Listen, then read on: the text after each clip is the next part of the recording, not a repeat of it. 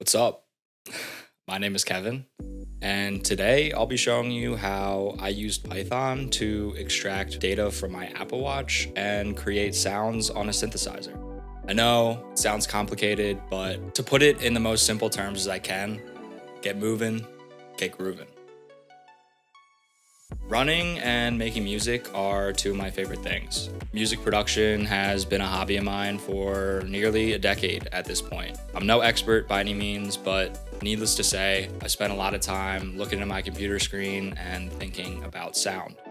I also consider myself a fairly active individual. During COVID, I began running more frequently and taking it a bit more seriously. Being able to track my runs on my watch and see data about my performance gave me motivation to keep running and keep improving.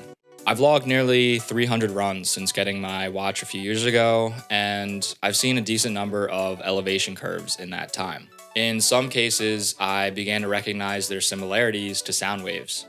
If you think about it, this makes sense. Most of my runs are loops, so the start point and the end point are going to be the same. Any positional data tracked on the watch will also begin and end at the same value. Even if the run isn't a perfect loop, the key takeaway here is that we can think of the positional data tracked during the run as a single period of a waveform. This connection makes sense at a high level, but we need to dig deeper and understand two things. The first is how this run data is actually stored, and the second is how we can turn this into sounds that we can actually hear. To do so, we'll be using Python to work with the data, and we'll be using a free synthesizer called Vital to actually hear our runs. First things first, we gotta get down and dirty with the data. I exported everything from the Health app and found all my runs stored as GPX files. GPX files can vary based on the equipment used to record the data, but at the very minimum, every single second, the elevation, longitude, and latitude are recorded for the duration of the run. Other supplemental data like heart rate or speed can also be stored in these files, but again, it depends on the device.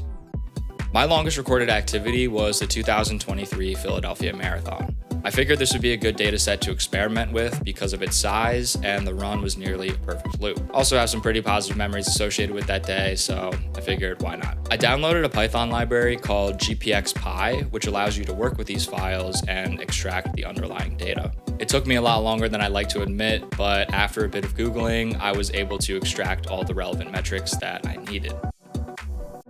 Let's take a look at the elevation, longitude, and latitude curves tracked during the Philly Marathon. You can see that the starting and ending values aren't the same, but they're relatively close. And pay special attention to the shape of these curves because it's going to come up later. Okay, cool. So we have all the relevant metrics that we need, but how do we turn this into sound that we can actually hear? For that, we need a brief little lesson on something called wavetable synthesis. The main sound generating component of a synthesizer is called an oscillator. Oscillators model different waveforms to produce a sound.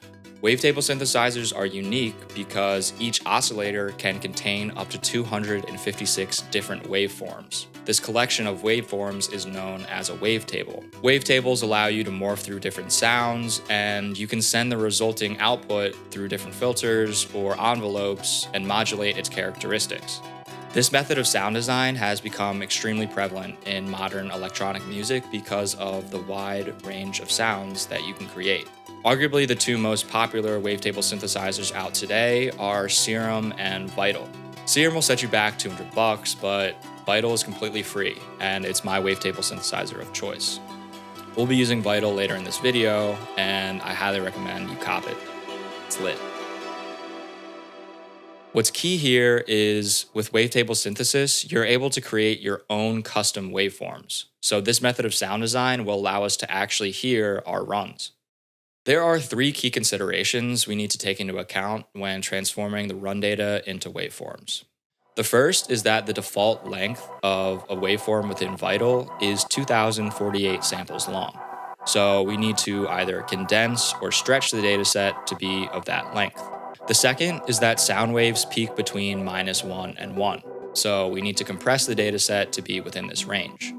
And finally, the average value of a waveform should be equal to 0. Anytime that the average value of a wave is not equal to 0, it's considered to have a DC offset.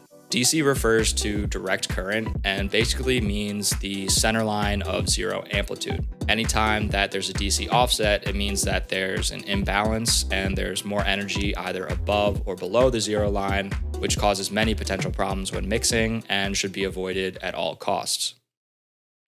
With all this in mind, our transformation will have 3 steps.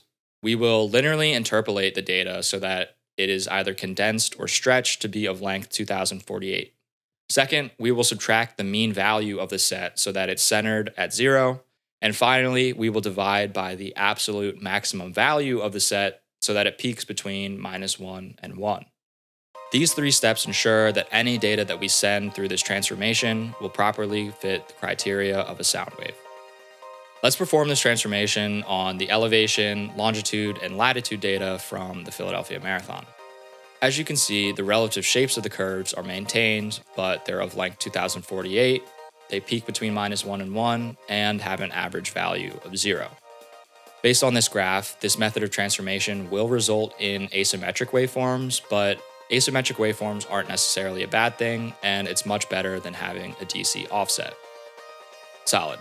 These look really good, and I'm pretty happy with this. So we can employ another Python library called oscillator gen to turn these waveforms into a wavetable and export it as a wave file to drag into Vital so we can actually hear our run. To do this, I'm placing the longitude in the first frame, the elevation in the middle frame, and the latitude in the final frame. We're then able to tell the wavetable to interpolate between these curves and give it a smooth feel when we change the position of the wavetable. We can also export these as wave files, and they're ready to be dragged and dropped into Vital. So let's do that, and let's see how it sounds.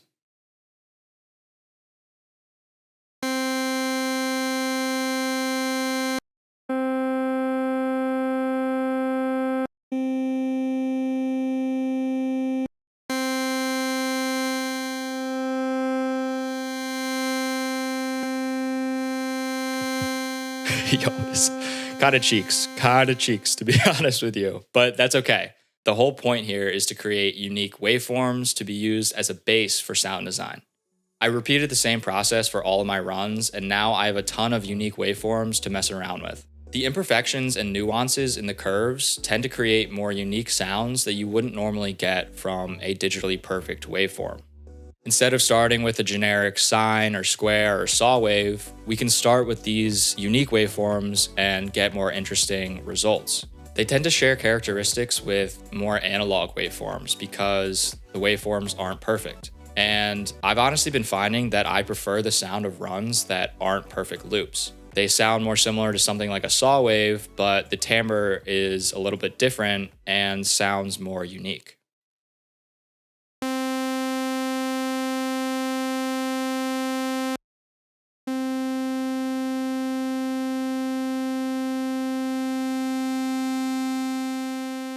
I've had an extremely fun time messing around with these waveforms and experimenting with different sound design as a result of this. Really, the only limiting factor here is your imagination with the crazy stuff that you can do within Vital.